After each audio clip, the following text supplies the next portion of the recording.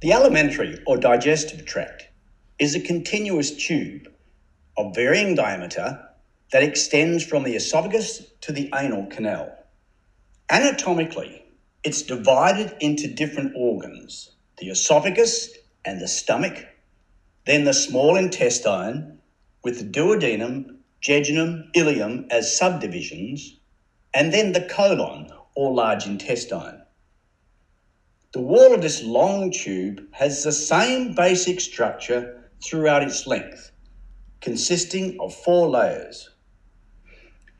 It is very important that you begin your study of this digestive tract by thoroughly understanding the 4 layers, which I will now point out to you using this section taken through part of the wall of the stomach. As I may mention later, it's not the best section for details of cells, etc., as it's been stained just to show the mucus secreting cells. So don't worry about the fine details that I mention, because you cannot see these details clearly at this low magnification. Just have a good general concept of the 4 layers of the gut wall and what their fundamental structural components are. Inward from the lumen is the first layer, the mucosa, comprising an epithelium, its supporting connective tissue layer, the lamina propria, and a thin layer of smooth muscle termed the muscularis mucosa. In most cases, as you see here, the epithelium has surface cells, and then there is glandular epithelium invaginating into the lamina propria, and so the mucosa is quite thick.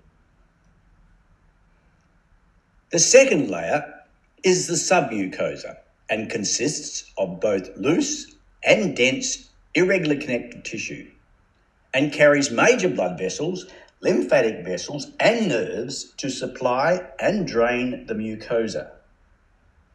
It also provides mobility for the mucosa. And as you see here, it's very folded. And this is also obvious along certain parts of the digestive tract for reasons I will mention later. The third layer is the muscularis externa and consists mostly of 2 muscle layers, an inner circular layer and an outer longitudinal layer. Although in the case of the stomach here, there are 3 layers. Between these muscle layers, the myenteric plexus or Auerbach's plexus, containing neurons of the enteric nervous system, can be found from the stomach down the rest of the digestive tract. And a similar submucosal plexus or Meissner's plexus is located in the submucosa. Contractions of this muscularis externa propel the contents along the alimentary canal, a special contractile process called peristalsis. In certain regions, the muscle layer forms sphincters, and I'll show you an example at the pyloric duodenal junction to control the release of chyme or partially digested contents in the stomach into the duodenum.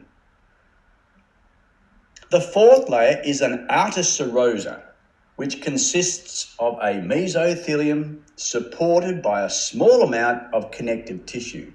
But where the wall is attached to surrounding structures, it's an adventitia of only connective tissue.